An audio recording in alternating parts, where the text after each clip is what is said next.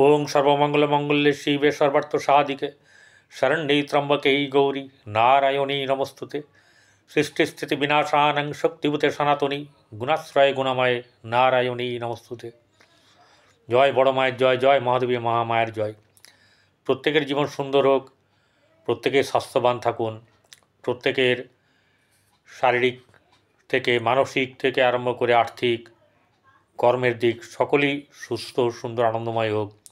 শ্রী শ্রী পদ্মাবতী মা এবং মহাদেবী বড় মায়ের কাছে এই প্রার্থনা জানাই। আজ আরেকটি নতুন রাশির সাড়ে সাতির শুরু হয়েছে। এই সাড়ে সাতির যেটা হচ্ছে মীন রাশির সাড়ে সাতি।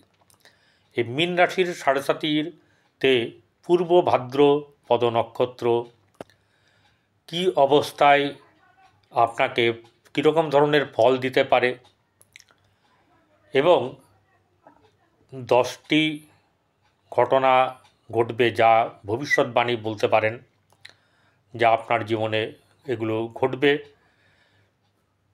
এবং এই 2025-এই এইগুলো ঘটে যাবে। এবারে একটা কথা বলি, আমি কারোর কিন্তু জন্মকুণ্ডলী বিচার করছি না, গোচর বিচার আমি করছি। এক্ষেত্রে তাই আপনাদেরকে এটা বুঝে নিতে হবে যে আমি কারোর কিন্তু জন্মকুণ্ডলী বিচার না করে বর্তমানে যে অবস্থায় গ্রহগণ থাকবে সেই অবস্থার পরিপ্রেক্ষিতে আমার এই বর্ণনা আলোচনা ইত্যাদি আপনার সামনে আমি তুলে ধরব। যেমন ধরুন পূর্ব ভাদ্রপদ নক্ষত্র, এই মানুষগুলো কেমন হন তার আগে আমি বলবো যে আর মাত্র 17 দিন পরে এই আপনার যে সাড়ে সাতি, সেই 17 দিন পরে এখানে শুরু হবে। আপনার 9:44 পর থেকেই তার খেলা দেখাবে। অ্যাকচুয়ালি এই পূর্ব ভাদ্রপদ নক্ষত্রের যে রাশিচক্রে তার অবস্থান 320 থেকে 333 ডিগ্রি 20 মিনিট পর্যন্ত। এবারে ঘটনা হচ্ছে যে 3 ডিগ্রি 20 মিনিট হচ্ছে গিয়ে আপনার এই যেটাকে বলা হচ্ছে যে মীন রাশিতে মাত্র 3 ডিগ্রি 20 মিনিট পর্যন্ত পূর্ব ভাদ্রপদ নক্ষত্র থাকবে। আর যে 10 ডিগ্রি, টোটাল তো 13 ডিগ্রি 20 মিনিট, আর 10 ডিগ্রি আপনার পূর্ব রাশি কুম্ভ রাশিতে তার অবস্থান হবে। 3 ডিগ্রি 20 মিনিটের রেজাল্ট এখানে পাওয়া যাবে। তারপরে এই 3 ডিগ্রি 20 মিনিট হচ্ছে গিয়ে পূর্ব ভাদ্রপদ যে নক্ষত্র তা হচ্ছে আপনার 25 নম্বর নক্ষত্র, বৃহস্পতির নক্ষত্র।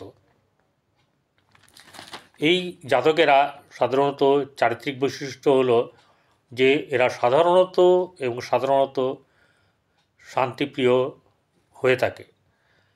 এরা শান্তিপ্রিয় হলেও যখন এদের কোনো কিছু সহ্যের বাইরে চলে যায় তখন এরা ক্ষিপ্ত হয়ে ওঠে এবং তার রাগ বহিঃপ্রকাশ হয়। এমনিতেই মানুষ কিন্তু সরল প্রকৃতির, বা বলতে পারা যায় যে ভালো মানুষ হিসাবেই সে গণ্য হয়ে থাকে। এক কথায় বলে যে এই যে সরল মানুষ, সত্যবাদী মানুষ কী হয়, সে কিন্তু রাগ করে বেশি এবং স্পষ্টবাদী হয়। প্রতিবাদ মুখর হয়ে ওঠে কখন, যখন সে সহ্য করতে পারে না বা তার আত্মায় বা আঁতে লাগে। এবারে যে বৃহস্পতির যে নক্ষত্র, এই বৃহস্পতির নক্ষত্র এক একটা আপনার মানে গ্রহের এক এক রকম ফল দান করে। ধরা যাক আপনার এই শনি যখনই যাবে, সেই শনি যাওয়ার পরে সেই শনি পূর্ব ভাদ্রপদ নক্ষত্রে কি কি ফল দিতে পারে সেই ফলগুলো কিন্তু বর্ণনা করা হয়। সেই ফলের কিছু বর্ণনা আমি আজকে আপনাদের সামনে করব। সেটি হচ্ছে গিয়ে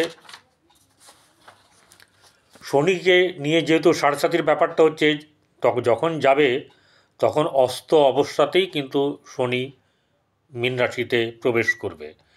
এই মীন রাশিতে শনি যখন থাকবে তখন তার ফলাফলগুলো যে 4টে যে পাদ আছে, চরণ, ঠিক আছে, সেই 4টে চরণের তার ফল কীরকম হতে পারে সবার একই ফলবে না, কারণ দৃষ্টি থাকবে, নানা রকম ব্যাপার আছে, অনেকগুলো গ্রহ থাকতে পারে। নর্মালি সাধারণ ফল আপনাদেরকে জানিয়ে দিয়ে যায়। শনি প্রথম পাদ হচ্ছে গিয়ে বুধদৃষ্ট হলে তবে জাতক নামী বেসরকারি মানে বাণিজ্য সংস্থায় কর্মরত হতে পারেন এবং 35 বছর পরে বিশেষ সুনাম অর্জন করবেন। 39 বছর পর থেকে তিনি ভূ সম্পত্তি অর্জন করবেন এবং 2টি সন্তান হওয়ার সম্ভাবনা থাকবে। দ্বিতীয় পাদ, এটা হচ্ছে পূর্ব ভাদ্রপদের 4টে যে চরণ আছে তারই একটা বললাম, এবার দ্বিতীয়। দীর্ঘদেহী, বৃহৎ মস্তক, বিরল কেশ মস্তক, প্রতিটি কাজে বাস্তবমুখী সূচনা করবে। তিনি তার স্ত্রীর মাধ্যমে অর্থ উপায় করতে পারেন কিংবা তার স্ত্রী এমন কর্মরত হতে পারেন যেখান থেকে জাতক প্রচুর অর্থ রোজগার করতে পারে। দ্বিতীয় গেল। তৃতীয় হচ্ছে এই ইয়েতে থাকলে মাঝারি গড়ন হবে। তিনি কূটনৈতিক এবং বাস্তব দৃষ্টিভঙ্গি সম্পন্ন হয়ে থাকেন, অর্থাৎ বাস্তববাদী হয়ে থাকেন। মদ ও নারীতে আসক্ত হওয়ার সম্ভাবনা বেশ প্রবল থাকে। এই ক্ষেত্রে লগ্ন থাকলে জাতক আকর্ষণীয় চেহারা হবে। তিনি মন্ত্রীও হতে পারেন, কিন্তু যদি নাও হন তিনি জ্ঞানী ব্যক্তি হবেন এবং গ্রাম ও নগর শাসন করতে পারেন, অর্থাৎ সে কাউন্সিলরও হতে পারে, আবার আপনার যেটাকে বলা হয় এমএলএ বা এমপিও হতে পারে। এবারে চতুর্থ পদ, জাতক একটি উল্লেখযোগ্য অবস্থানে থাকবেন। বৃহস্পতির দৃষ্টি থাকলে জাতক একজন ইঞ্জিনিয়ার ও স্থপতি হবেন। অপরকে প্রতারণা করার প্রবণতাও কিন্তু এনার মধ্যে থাকবে। আপনার নিয়োগকারীর সম্পদ ও সম্পত্তি আত্মসাৎ করতে পারে, অর্থাৎ অপরের যে অর্থ, বাড়ি, জমি, সেগুলো আত্মসাৎ করার মতন তার মনোবৃত্তি হওয়ার ব্যাপার থাকবে। এবারে আমি যে কথা বলেছি আপনার যে থাম্বনেলে, সেই থাম্বনেলের কথা অনুযায়ী আমি কিছু কথা এখানে আমি বলবো যা সত্য হিসাবে ফলবে। যা আমি বলেছি, মীন রাশির পূর্ব ভাদ্রপদ নক্ষত্র 25 নম্বর বৃহস্পতির 7.5 মধ্যচরণ 17 দিন পরে অর্থাৎ 29শে মার্চ রাত 9টা 40 পরে শুরু হবে এবং 10টি ঘটনা যা ঘটবেই। প্রথমত, এটা মীন রাশির মধ্য গগনে 7.5 শুরু। গত 2.5 বছর নানা ঝামেলা ঝঞ্ঝাট পেরিয়ে এখন 7.5 হচ্ছে আপনার মধ্য গগনে। নানা ঝামেলা পেরিয়ে এসছেন। এবার এই রাশিতে প্রবেশ করার পরে অনেকটা স্বস্তি পাবেন, অনেকটা স্বস্তি আগেও পেয়েছেন কিছু গ্রহ ওখানে প্রবেশ করার কারণের জন্যে। বিশেষ করে শুক্র আপনাকে অনেকটা স্বস্তি দিয়েছে, এবারেও স্বস্তি অনেকটাই থাকবে, বিশেষ করে 2025-এর অনেকটাই। তাহলে প্রথম কথা হচ্ছে যে স্বস্তি পাওয়া মানে হচ্ছে নানা দিক থেকে ঝুট ঝামেলা হলেও তার অনেকটা সমাধান আপনি করতে পারবেন। দ্বিতীয় হচ্ছে ব্যবসায় শ্রীবৃদ্ধি হবে এবং একাধিক ব্যবসার সুযোগ আপনার সামনে উপস্থিত হবে। 3 নম্বর, কোনো ভ্রমে পড়লে, প্রেমে নয়, কোনো ভ্রমে পড়লে এবং আবেগের পথে চললে, লোভ করলে, অলসতায় ধরলে এবং ক্রোধ, অসত্যতা, কুবাক্য প্রয়োগ, কঠোর মনোভাব ইত্যাদি থাকলে সব কিছু আপনাকে ধূলিসাৎ করে দেবে, গ্যারেন্টেড। তো অক্টোবরের মাঝামাঝি সময়ে কম বেশি 2 মাস আপনার কাছে অনেক সুযোগ আসবে যা আপনার জীবনকে সুন্দর সুন্দর ও প্রতিষ্ঠা দিতে পারে। অতএব সবসময় নিজেকে নজরে রাখবেন। 4 নম্বর, স্ত্রীর সহিত মনোমালিন্য, ভুল বোঝাবুঝি মাঝে মাঝেই বাড়বে।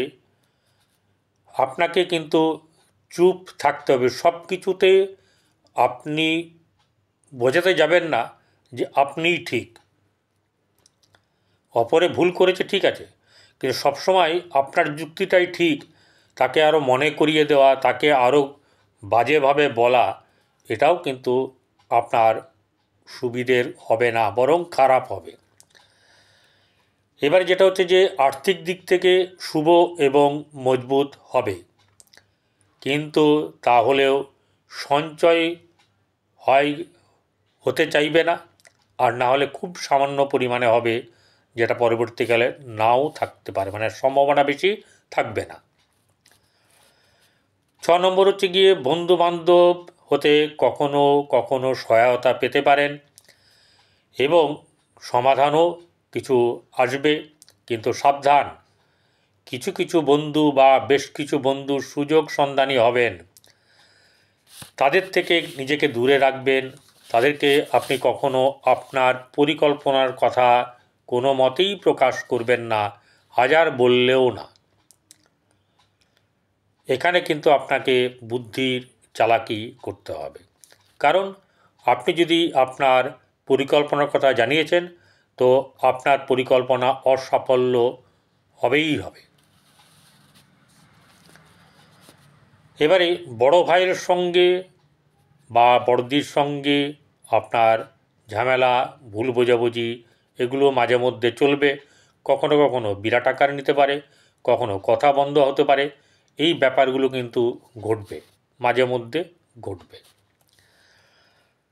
এবারে 8 নম্বর হচ্ছে আপনি আধ্যাত্মিক জ্ঞানের পথে যেতে পারেন, কিন্তু একটা কথা মনে রাখবেন, কর্মজীবন আর পরিবারকে কোনোভাবে যেন বঞ্চিত বা বাধা দেবেন না, যা আপনার পক্ষে সাংসারিক জীবনে কী হবে, অনেক সমস্যার সম্মুখীন হতে হবে। তখন আমও যাবে, ছালাও যাবে। মনকে স্থির করুন। ঘরে অনেক সময় মানসিক চঞ্চলতা থাকবে, প্রচুর মানসিক চঞ্চলতা থাকবে, কিন্তু মেডিটেশন করবেন, প্রচুর ভালো হবে। আর কি করবেন? সেবা করবেন, সেবার কাজে নিযুক্ত হন। যা থাকবে ক্ষমতা, সেটুকু দিয়েই করবেন, বেশি করতে হবে না। 9 নম্বর, আপনি নিজে নিয়ম শৃঙ্খলার পক্ষপাতী, সব ঠিক আছে, আপনি সেইভাবে চলুন, কিন্তু অন্যকে বাধ্য করবেন না, বা আপনার পরিবারের কাউকে এমনভাবে নিয়ম শৃঙ্খলার বেড়িতে বাঁধবেন না বা বাঁধতে যাবেন না, যাতে বাড়াবাড়ি করলে সমস্যা বাড়বে, বই কমবে না। কারণ এটা আপনি যেখানেই করুন, যেভাবেই করতে চেষ্টা করুন, আপনার উপরে মানুষ খুব তিতি বিরক্তি হয়ে যাবে। কালটা হচ্ছে কলিকাল, ঠিক আছে?